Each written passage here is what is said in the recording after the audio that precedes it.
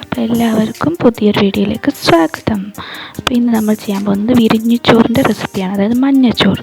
അപ്പോൾ നമ്മൾ അതിന് വേണ്ടിയിട്ട് ഒരു ചെമ്പട്ടി വെച്ചിട്ട് അതിലേക്ക് നല്ലപോലെ വെളിച്ചെണ്ണ ഒഴിച്ച് കൊടുക്കുക. ആവശ്യത്തിന് വെളിച്ചെണ്ണ അല്ലെങ്കിൽ നെയ്യ് ഒഴിച്ച് കൊടുത്തതിന് ശേഷം അതിലേക്ക് നമുക്ക് ഉള്ളി ഇട്ട് കൊടുക്കുക. ഉള്ളി നല്ലപോലെ വഴന്ന് വരണം. അപ്പോൾ നമ്മൾ നല്ലപോലെ ഇളക്കി കൊടുക്കുക കേട്ടോ.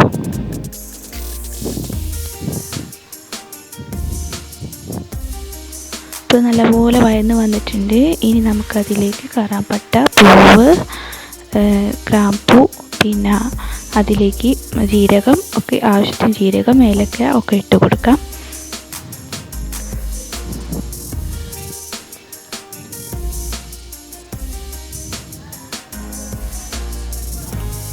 ഇട്ടതിന് ശേഷം നല്ലപോലെ ഇളക്കി കൊടുക്കാം.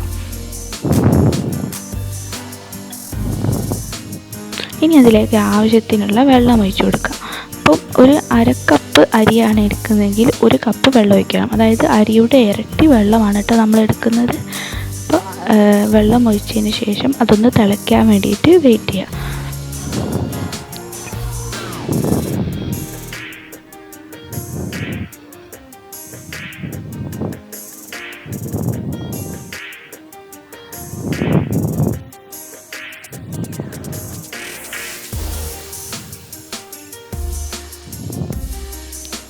ഇപ്പോൾ നല്ലപോലെ തിളച്ച് വരുന്നുണ്ട് കേട്ടോ. തിളക്കി വരാൻ തുടങ്ങിയിട്ടുണ്ട്. ഈ നല്ലപോലെ ചൂടായി. ഇനി തിളച്ച് വരുന്ന സമയത്ത് നമുക്ക് അരി കുറേശ്ശെ ഇട്ട് കൊടുക്കാം. അപ്പം അരി കുറേശ്ശെ ഇടുന്ന വീഡിയോ ഞാൻ എടുത്തിട്ടില്ല കേട്ടോ. അപ്പോൾ അതിന് മുമ്പായിട്ട് നമുക്ക് 1 സ്പൂൺ ഉപ്പും കൂടി ചേർത്ത് കൊടുക്കാം കേട്ടോ. അപ്പം തിളച്ച് വന്നിട്ട് വേണം നമുക്ക് അരി ഇട്ട് കൊടുക്കാം. അതിന് മുമ്പായിട്ട് ആവശ്യത്തിനുള്ള ഉപ്പിട്ട് കൊടുക്കാം.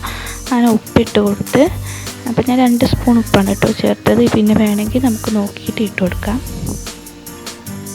അതിലേക്ക് കുറച്ച് മഞ്ഞൾപ്പൊടിയും കൂടി ആഡ് ചെയ്യാം.